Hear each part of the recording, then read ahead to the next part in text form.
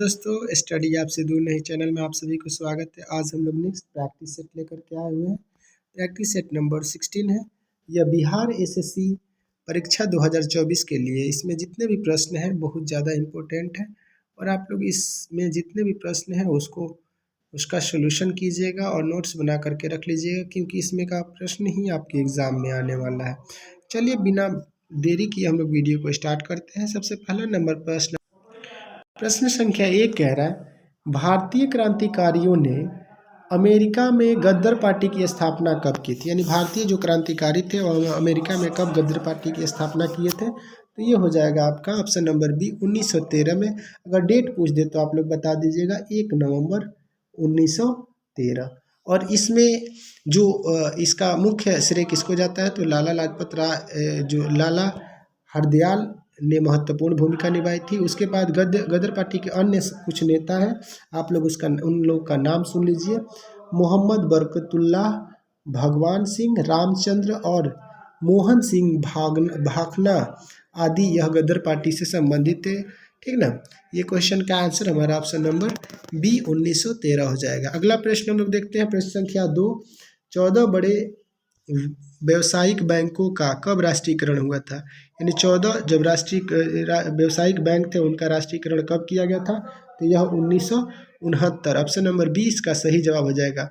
यह 19 जुलाई 1969 को, यानी 19 जुलाई 1969 को इसका प्रथम राष्ट्रीयकरण किया गया था और इसी के तहत 14 बैंकों का राष्ट्रीयकरण किया गया था। और 6 अन्य बैंकों का राष्ट्रीयकरण कब किया गया था।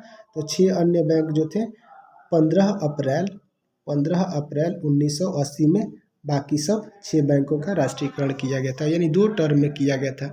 अभी बैंकों की संख्या कितनी है तो आप लोग बता दीजिएगा, 20 हो जाएंगे। ठीक ना। उसके बाद से अगला प्रश्न हम लोग देखते हैं, क्वेश्चन नंबर 3 कह रहा है, गुरु केलुचरण महापात्रा का नाम मुख्यतः निम्नलिखित में से किस नृत्य से संबंधित है। यानी जो गुरु केलुचरण महापात्रा जी हैं, इनका किस खेल से, किस नृत्य से संबंधित है। तो यह एक ओडिसी नर्तक से संबंधित है और वह उड़ीसा नर्तकी शास्त्र से संबंधित है। अगला हमारा है मोहिनी अष्टम। मोहिनी अष्टम कहाँ का लोक नृत्य है तो ये केरल का हो जाएगा। कथक जो है उत्तर बिहार यानी उत्तर प्रदेश का हो जाएगा। उसके बाद से एक और है यहाँ पे आपका ये क्वेश्चन दिया हुआ है, शास्त्रीय यानी शास्त्रीय, यह शास्त्रीय नृत्य है और आप लोग इसी से संबंधित आप एक क्वेश्चन इसमें याद कर लीजिए। अगर शंकर देव नाम का कोई व्यक्ति आएगा, यानी शंकर देव नामक व्यक्ति, शंकर देव, यह शंकर देव जी थे शास्त्रीय से। ठीक ना, शास्त्रीय नामक नृत्य करते थे। चलिए अगला प्रश्न हम लोग देखते हैं, विश्व व्यापार संगठन WTO का मुख्यालय कहाँ है। यानी 4 नंबर क्वेश्चन का सही जवाब हो जाएगा हमारा ऑप्शन नंबर सी। यह WTO जेनेवा में स्थापित किया गया था और यह कब किया गया था तो 1 जनवरी 1995। 1 जनवरी 1995 में इसका स्थापना किया गया था WTO का। ठीक ना। इसका सही जवाब हमारा हो जाएगा ऑप्शन नंबर सी, जिनेवा। अगला प्रश्न हम लोग देखते हैं, निम्नलिखित में से कौन भारत के पूर्व राष्ट्रपति नहीं रहे। इनमें से कौन ऐसे, मतलब 4 व्यक्ति हैं जो भारत के पूर्व राष्ट्रपति नहीं रहे। तो 5 नंबर क्वेश्चन का सही जवाब हो जाएगा। यह विश्वनाथ प्रताप सिंह जो थे यह भारत के राष्ट्रपति नहीं रहे थे, यह पूर्व प्रधानमंत्री रहे हुए थे, यानी पूर्व प्रधानमंत्री थे, राष्ट्रपति नहीं थे। चलिए अगला प्रश्न हमारा है, संयुक्त राष्ट्र के सतत विकास लक्षणों के संदर्भ में निम्नलिखित में से कौन सा लक्षण संख्या 1 है। यानी सतत विकास के लिए लक्षण संख्या कौन 1 है तो ये हो जाएगा हमारा गरीबी नहीं है, यानी गरीबी इसका लक्षण संख्या 1 नहीं है। ऑप्शन नंबर डी इसका करेक्ट जवाब हो जाएगा। 6 नंबर का ऑप्शन नंबर डी। अगला क्वेश्चन कह रहा है कि BSEB का अर्थ क्या होता है। यानी BSEB का क्या अर्थ होता है तो इस क्वेश्चन का सही जवाब हो जाएगा हमारा बिहार स्टेट इलेक्ट्रिसिटी बोर्ड।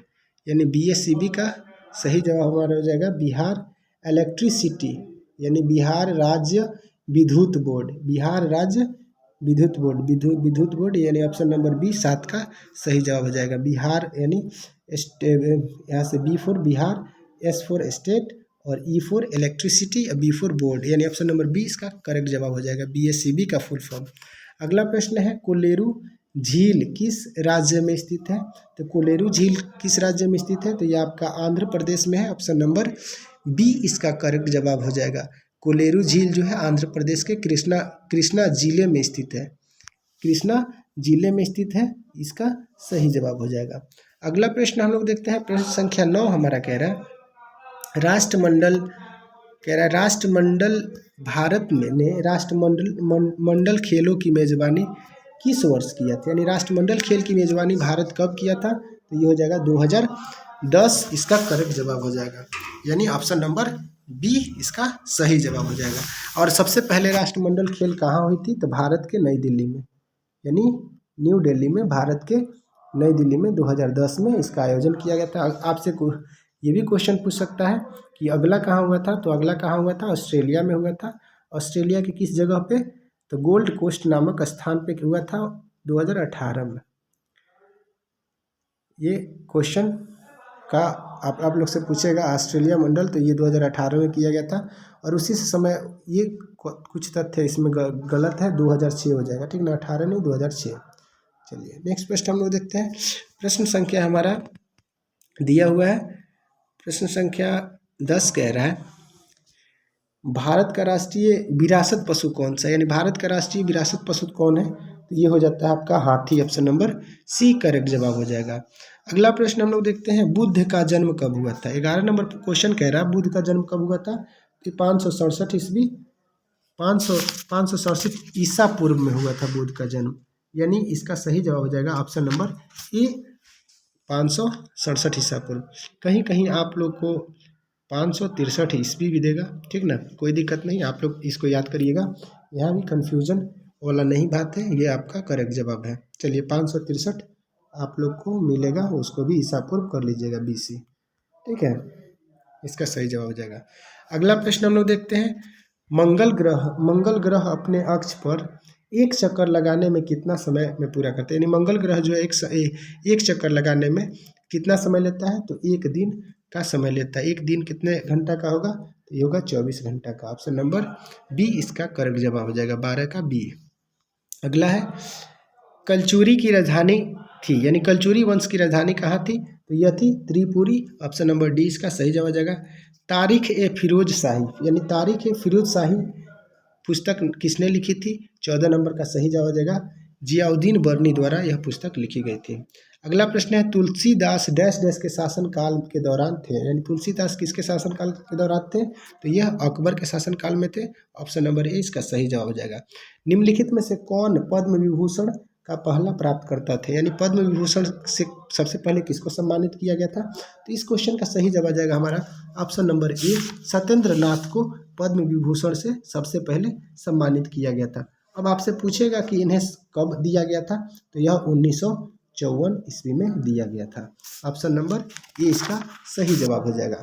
अगला प्रश्न हम लोग देखते हैं, 17 नंबर प्रश्न कह रहा है, निम्नलिखित में से कौन मूंगफली का प्रमुख उत्पादक है? यानी सबसे ज़्यादा मूंगफली कहाँ पे उत्पादित किया जाता है? तो ये गुजरात। ऑप्शन नंबर बी इसका करेक्ट जवाब हो जाएगा। अगला है, भारत चीन सीमा को कितने सेक्टरों में बांटा गया? यानी भारत और चीन की सीमा को 3 सेक्टरों में बांटा गया। ऑप्शन नंबर सी इसका करेक्ट जवाब हो जाएगा।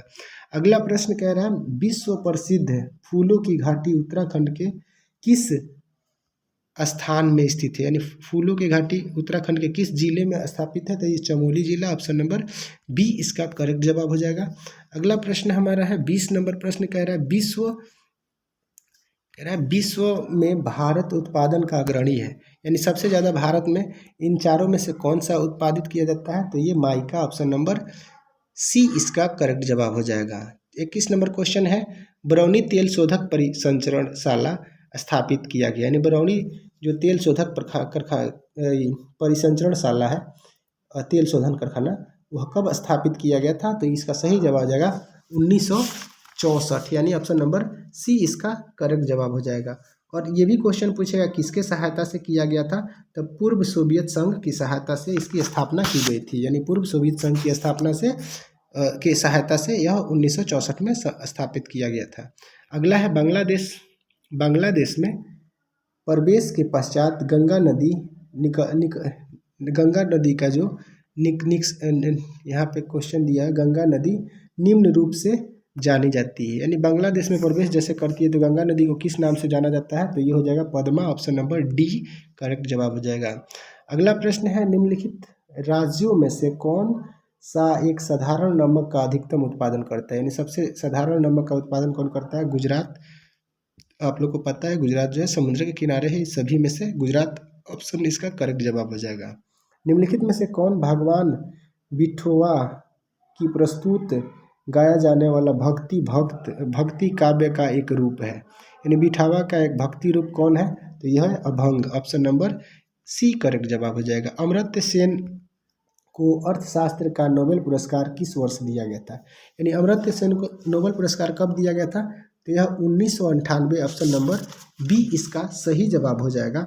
इनको नोबेल पुरस्कार दिया गया था अर्थशास्त्र में, ठीक ना। चलिए 1998 ईस्वी में इनको नोबेल पुरस्कार से सम्मानित किया गया था। अगला प्रश्न हम लोग देखते हैं, प्रश्न संख्या 26 कह रहा है, हड़प्पा सभ्यता निम्नलिखित में से कौन सा स्थल अफगानिस्तान में स्थित है। 26 नंबर प्रश्न का सही जवाब हो जाएगा, यह जो है सोर्तुगई नामक स्थान जो है यह कहाँ पे पाया जाता है, तो अफगानिस्तान में पाया जाता है। और बाकी सब इसमें जो आपका दिया है बालाकोट बलूचिस्तान में पाया जाता है, बालाकोट बलूचिस्तान में पाया जाता है, कालीबंगन भारत में पाया जाता है, और एक बच गया नागेश्वर जो पाया जाता है भारत के गुजरात राज्य में पाया जाता है। चलिए अगला प्रश्न के साथ हम लोग देखते हैं। अगला प्रश्न हमारा क्या है, निम्नलिखित में से कौन सा जलप्रपात गोवा राज्य में है, इनमें से कौन सा जलप्रपात है जो गोवा राज्य में है, तो दूध सागर जो है गोवा राज्य में अवस्थित है। इस क्वेश्चन का ऑप्शन नंबर डी सही जवाब हो जाएगा। अगला है, पारो शहर कहाँ का एक प्रसिद्ध पर्यटक स्थल, यानी पारो नामक शहर कहाँ का पर्यटक स्थल है, तो ये हो जाएगा आपका भूटान का, ऑप्शन नंबर ए करेक्ट जवाब हो जाएगा। अगला है, भारतीय राष्ट्रीय तिरंगा का अशोक चक्र में कितनी आराएँ हैं, यानी कितनी आराएँ हैं, 29 नंबर का सही जवाब हो जाएगा। 24 स्पोक्स यानी तिलिया आराएँ हैं। अगला प्रश्न हम लोग देखते हैं, प्रश्न संख्या 30, ये कह रहा है बोटिंग फॉर द महात्मा। इस क्वेश्चन में कह रहा है बोटिंग फॉर द महात्मा शीर्षक के लेखक कौन है, यानी यह पुस्तक है बोटिंग फॉर द महात्मा, इस पुस्तक के शीर्षक कौन है। 30 नंबर क्वेश्चन का सही जवाब हो जाएगा हमारा ऑप्शन नंबर सी आर के नारायण वोटिंग फॉर द महात्मा नामक पुस्तक के रचयिता है। निम्नलिखित में से कौन मौर्य शासक का सही कालानुक्रम है, कालानुक्रम कौन है मौर्य शासक का, तो सबसे पहले कौन आए थे, तो आप लोग को पता है सबसे पहले मौर्य काल में कौन आए थे, तो आए थे हमारे चंद्रगुप्त मौर्य, यानी मौर्य वंश का स्थापना किया था। उसके बाद से कौन आया था, देखिए दोनों ऑप्शन यहाँ पे आगे आ गया है आपका। आगे मौर्य काल में सबसे पहले कौन आए थे, चंद्रगुप्त, और चंद्रगुप्त का बेटा कौन था, बिंदुसार था। उसका बिंदुसार के बाद अशोक, यानी ऑप्शन नंबर बी 31 का करेक्ट जवाब हो जाएगा। चलिए अगला प्रश्न हम लोग देखते हैं, हर्षवर्धन का शासनकाल लगभग डैश डैश की अवधि थी, यानी हर्षवर्धन का जो शासनकाल था कितने वर्ष की थी, तो 40 वर्ष का, ऑप्शन नंबर डी इसका करेक्ट जवाब हो जाएगा। निम्नलिखित में से भारतीय इतिहास के संदर्भ में निम्नलिखित में से कौन प्राचीन भारतीय इतिहास के संदर्भ में निम्नलिखित में से कौन चिकित्सा के क्षेत्र से प्रसिद्ध है, यानी चिकित्सा के क्षेत्र से कौन प्रसिद्ध है, तो ये चरक हो जाएंगे, चरक इसका करेक्ट जवाब हो जाएगा, ऑप्शन नंबर डी। चलिए अगला प्रश्न है, मगध में मौर्य साम्राज्य के तत्कालीन उत्तराधिकारी कौन थे, यानी मगध में तत्कालीन जो उत्तराधिकारी थे, यानी उससे पहले वाला शुंग थे, मौर्य के बाद शुंग का शासक आया था। चलिए अगला प्रश्न है, ततत्व वर्ण व्यवस्था डैश डैश पर आधारित है, तो किस पर आधारित है, ये उपजीविका पर आधारित है, ऑप्शन नंबर सी इसका सही जवाब हो जाएगा। अगला क्वेश्चन है, भारत का विभाजन किया गया था, यानी भारत का विभाजन किसके तहत किया गया था, तो ये माउंट बेटन योजना 1947 के तहत किया गया था, ऑप्शन नंबर सी इसका सही जवाब हो जाएगा। अगला, बंगाल में द्वैध शासन की व्यवस्था किसने की थी, द्वैध शासन की व्यवस्था किसने की थी, तो यह था Lord Clive, option number A सही जवाब। अगला प्रश्न है, निम्नलिखित में से कौन सा बंदरगाह गुजरात में है, यानी निम्नलिखित में से कौन सा गुजरात में है, तो यह आपका ऑप्शन नंबर डी यानी कांडला बंदरगाह जो है गुजरात में स्थित है। और बाकी सब आप लोग कमेंट में जरूर करके बताइएगा कि इसमें जो है पारादीप और पेरुम्बूर और मोरमुगांव बंदरगाह कहाँ पे स्थित है। चलिए अगला प्रश्न हम लोग देखते हैं, पुराणों की संख्या कितनी होती है, 39 नंबर क्वेश्चन, ये आप लोग को सभी को पता होना चाहिए, 18 पुराण होते हैं। उसके बाद अगला क्वेश्चन है, हेमकुंड साहिबा गुरुद्वार किस राज्य में स्थित है, यानी 40 नंबर क्वेश्चन का सही जवाब हमारा हो जाएगा यहाँ पे हेमकुंड जो साहिब गुरुद्वारा है कहाँ पे स्थित है? तो 40 नंबर क्वेश्चन का सही जवाब आ जाएगा ऑप्शन नंबर बी, यह उत्तराखंड में स्थित है। यह उत्तराखंड में स्थित है। ऑप्शन नंबर 20 का सही जवाब आ जाएगा। चांद बीबी जिन्होंने अकबर के बल के सामने समर्पण कर दिया था, डैश डैश की शासिका थी। यानी चांद बीबी कहाँ की शासिका थी? तो यह थी अहमदनगर की। ऑप्शन नंबर ए इसका सही जवाब हो जाएगा। अगला है, भारत में मुगल साम्राज्य की स्थापना किसने की थी? भारत में मुगल साम्राज्य का स्थापना किसने किया था? तो ये थे बाबर, जहरुद्दीन बाबर। ऑप्शन नंबर 20 का सही जवाब हो जाएगा। उसके बाद बाबर का बेटा हुमायूं आया था। इसी प्रकार से अकबर, इसी तरह से शासनकाल चला था हम लोगों का। अगला प्रश्न है, टीपू सुल्तान शासक था, यानी टीपू सुल्तान कहाँ का शासक था? तो इसका सही जवाब हो जाएगा ऑप्शन नंबर सी, मैसूर यानी कर्नाटक का वो शासक था। अगला प्रश्न है, निम्नलिखित में से किसने ईस्ट इंडिया एसोसिएशन संगठन की स्थापना किया था? 44 का सही जवाब हो जाएगा। यह दादा भाई नौरोजी थे। ऑप्शन नंबर सी करेक्ट जवाब, जिन्हें ग्रेट ग्रैंड ओल्ड मैन के नाम से भी जाना जाता है। दक्कन पर विजय प्राप्त करने वाली प्रथम मुसलमान था, यानी दक्कन पर विजय करने वाला सबसे पहला मुसलमान कौन था? तो इसका सही जवाब हो जाएगा Alauddin Khilji. Option number A correct जवाब हो जाएगा। अगला है, भारत में प्रतिभूति अपीलीय न्यायाधिकार की स्थापना किस वर्ष की गई थी? 46 नंबर का सही जवाब हो जाएगा 1992। ऑप्शन नंबर सी इसका करेक्ट जवाब। अगला है, निम्नलिखित में से कौन स्वतंत्र भारत के प्रथम वित्त मंत्री थे? इस स्वतंत्र भारत, जैसे भारत स्वतंत्र हुआ उस समय वित्त मंत्री कौन थे? तो ये आर के षणमुख देश शेट्टी थे, ठीक ना। इसका सही जवाब ऑप्शन नंबर सी हो जाएगा। अगला प्रश्न हमारा है, एलसी वास्तविक नियंत्रण रेखा भारत और किस देश के बीच एक प्रभावी सीमा है? यानी एलओसी जो है, एलओसी किसके बीच यह निर्धारित सीमा है? तो 48 नंबर का सही जवाब देगा, यह चीन के बीच है। लैंग्वेज लाइन चीन के बीच है। किस संशोधन के अंतर्गत संविधान में मूलभूत कर्तव्यों को समाविष्ट किया गया? यानी संविधान में मूल कर्तव्यों को कब जोड़ा गया? तो 39 का सही जवाब हो जाएगा 42वां संविधान 1976, यानी 42वां संविधान कब किया गया था? तो 1976 में किया गया था। इसमें भी कुछ शब्द जोड़ा गया था, धर्मनिरपेक्ष संप्रभुत्व शब्द को जोड़ा गया था। चलिए अगला, अखंडता से संबंधित अगला है, काम करने के अधिकार को राज्य का नीति निर्देशक तत्व में निम्नलिखित अनुच्छेद के अंतर्गत रखा गया। यानी नीति निर्देशक तत्व को किसके अंतर्गत रखा गया? 41 के अंतर्गत। ऑप्शन नंबर सी इसका सही जवाब हो जाएगा। अगला प्रश्न हमारा है, अगला प्रश्न देखिए, अगला प्रश्न कह रहा है, अगला प्रश्न, इस प्रश्न का सही जवाब हमारा हो जाएगा, कह रहा है, रेडियो ब्रॉडकास्टिंग में आवाज़ और संगीत तरंगों का वाहन तरंगों को जोड़ने की प्रक्रिया कहलाती है। यानी इन तरंगों को जोड़ने की वाली प्रक्रिया को क्या कहते हैं? मॉड्यूलेशन कहते हैं, जिसको हम लोग मॉड्यूलेशन के नाम से जानते हैं। अगला प्रश्न है आवृत्ति से, यहाँ पे कह रहा है, वो आवृत्ति जिनसे एक इलेक्ट्रॉन प्रत्येक कक्ष में चक्कर लगाता है दर्शाया जाता है। तो 52 नंबर क्वेश्चन का सही जवाब हो जाएगा F बराबर V/2πr। ऑप्शन नंबर सी इसका सही जवाब हो जाएगा। परिपथ का समय स्थिरांक जो कि प्रेरकत्व एवं प्रतिरोध को दर्शाता है दिखाया जाता है, किसके द्वारा दिखाया जाता है? तो ये L/R के द्वारा दिखाया जाता है। अगला प्रश्न आपका मैथ्स का है, आप इसका स्क्रीनशॉट लीजिए और इसका आंसर कमेंट में जरूर कीजिए। हर्ट्ज बराबर होता है, यानी एक हर्ट्ज कितने के बराबर होता है? तो ये होता है एक साइकिल सेकेंड के बराबर। ऑप्शन नंबर ए इसका करेक्ट जवाब हो जाएगा। हाइपो है, इनमें से किसे हाइपो के नाम से जाना जाता है? तो ये सोडियम सल्फेट ट्राइऑक्साइड के नाम से जाना जाता है। Na2SO2 को हाइपो के नाम से जाना जाता है। संपर्क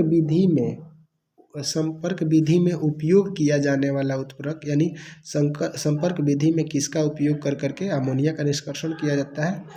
तो ये हो जाएगा vanadium pentoxide. Option number B इसका सही जवाब हो जाएगा। सामान्यतः ला सातेलीय सिद्धांत अभिक्रिया पर निम्नलिखित में परिवर्तन का प्रभाव को घोषित करता है। तो ये होता है उपर्युक्त सभी। ऑप्शन नंबर डी इसका सही जवाब है। तापक्रम को भी करता है, दाब को भी करता है और सांद्रता को भी करता है। ऑप्शन नंबर डी इसका सही जवाब हो जाएगा। अगला है, नाइट्रिक ऑक्साइड यानी Fe फेरस सल्फेट से मिलने पर गहरा भूरा सम्मिश्र बनाता है, जिसका सूत्र क्या होता है? तो ये हो जाता है आपका फेरस ऑक्साइड नाइट्रोजन NO, ठीक ना। इसका सही जवाब हो जाएगा। अगला 150 डिग्री सेल्सियस तक गर्म होने पर यूरिया देता है, यानी यूरिया को जब 150 डिग्री सेल्सियस पर गर्म किया जाता है तो बायरूएट उत्पन्न करता है। ऑप्शन नंबर ए सही जवाब हो जाएगा। अगला है साल्वे की प्रक्रिया का सह उत्पाद है, यानी साल्वे प्रक्रिया में किसका उत्पादन होता है, तो ये होता है carbon dioxide. Option number C इसका सही जवाब हो जाएगा। अगला प्रश्न हम लोग देखते हैं, प्रश्न संख्या 62 कह रहा है कि निम्नलिखित में से अम्लीकृत K2Cr2O5O7 से ऑक्सीकरण करने पर एसीटोन देता है, यानी एसीटोन क्या देता है, तो ये देता है आपका मिथाइल कीटोन मिथाइल, यानी यूरिया देता है। ये आपका किसका फार्मूला है, आप लोग इसको कमेंट में बताइएगा। CH3COOHCl3CO3। ऑप्शन नंबर 20 का करेक्ट जवाब हो जाएगा।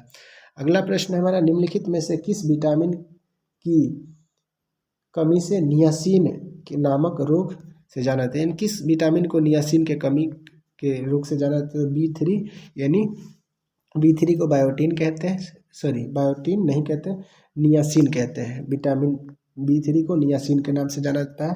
और ये जो होता है विटामिन B राइबोफ्लेविन, उसके राइबोफ्लेविन विटामिन B2 को कहते हैं, और थायमिन विटामिन A को कहते हैं, ठीक है। चलिए अगला प्रश्न हम लोग देखते हैं, निम्नलिखित में से कौन सा लवण ग्रीन फ्लेम परीक्षण देता है, यानी कौन ऐसा है जो ग्रीन परीक्षण देता है, तो ये होता है barium chloride B. Option number C इसका करेक्ट जवाब हो जाएगा 64 का। अगला है यौगिक जिनमें कार्बन कार्बन द्विबंध होते हैं क्या कहलाते हैं, यानी जिस यौगिक में कार्बन कार्बन के 2 बंध होते हैं वह एल्किन्स कहलाते हैं। ऑप्शन नंबर बी सही जवाब हो जाएगा। जीवाणु जो भिन्न भिन्न परपोषी पौधों को ग्रहण करते हैं क्या कहलाते हैं, तो वो कहलाते हैं LPP1 कहलाते हैं। ऑप्शन नंबर सी सही जवाब है। माइकोप्लाज्मा विषाणु से भिन्न होते हैं क्योंकि यह संवेदनशील होते हैं। कैसे होते हैं, तो ये होता है टेट्रासाइक्लोरिन जैसे होते हैं। अगला है सापेक्ष परागकण उत्पन्न करते हैं, यानी सापेक्ष परागकण कौन उत्पन्न करता है, तो ये करता है पाइनस। ऑप्शन नंबर सी सही जवाब हो जाएगा। अगला प्रश्न है, अगर पूरा प्ररोह रूपांतरित समांगी कारक फलन है तो यह कौन है, तो ये हो जाएगा आपका ऑप्शन नंबर डी फाइलोक्लेट्स इसका करेक्ट जवाब हो जाएगा। अगला प्रश्न है, आलू का अग्र शीर्षक इसके द्वारा उत्पन्न होता है, यानी किसके द्वारा उत्पन्न होता है, तो अल्टरनेरिया के द्वारा यह आलू का अग्र प्रवर्धन उत्पन्न होता है। अगला प्रश्न है, साधारणतः मनुष्य में पाए जाने वाले पोर्क टेपवर्म हैं, यानी जो मनुष्य में पोर्क टेपवर्म पाए जाते हैं वह क्या है, तो टेनिया सोलियम होता है। टेनिया सोलियम नामक पोर्क टेपवर्म मनुष्य के शरीर में पाए जाते हैं। अगला प्रश्न है हमारा कि हरा हाइड्रा, क्लोरोहाइड्रा और विरिडीसिमा हरा इस वजन से दिखाई देता है, किस वजन से दिखाई देता है, तो इसका सही जवाब ये नहीं होगा, यानी क्लोरोफिल में उपस्थित ये भी नहीं होगा, रंजक की उपस्थिति ये भी नहीं होगा। अगला हम लोग देखते हैं 72 नंबर प्रश्न का अगला ऑप्शन हमारा दिया हुआ है, यह किसके वजह से होता है, तो 72 का सही जवाब जाएगा option number C chlorella vulgaris के साथ सहजीवी सह आबंध के कारण होता है। अगला प्रश्न का स्क्रीनशॉट लीजिए और इसका आंसर कमेंट में कीजिए। चलिए नेक्स्ट प्रश्न हम लोग देखते हैं, प्लाज्मोडियम वाइवैक्स एक परजीवी है जो मनुष्य के किस अंग से वृद्धि होता है, यानी प्लाज्मोडियम वैक्स किससे वृद्धि करता है, तो ये करता है RBC से, यानी हमारे ब्लड से। ऑप्शन नंबर ए सही जवाब हो जाएगा। इस प्रश्न का आप आंसर कीजिए। अगला प्रश्न हमारा जो है ये मैथ्स का प्रश्न है, इसका आंसर आप लोग कीजिए। अगला प्रश्न हम लोग तब तक देखते हैं भी मैथ्स का, इसको भी आप आंसर जरूर कीजिए। इसमें ये देखिए वर्क एंड टाइम से क्वेश्चन है, इसको भी आप लोग कमेंट में आंसर ज़रूर कीजिए। इस सब का आंसर आप लोग का रिस्पॉन्सिबिलिटी है, इसको ज़रूर कीजिएगा। अगला प्रश्न हम चलते हैं तब तक।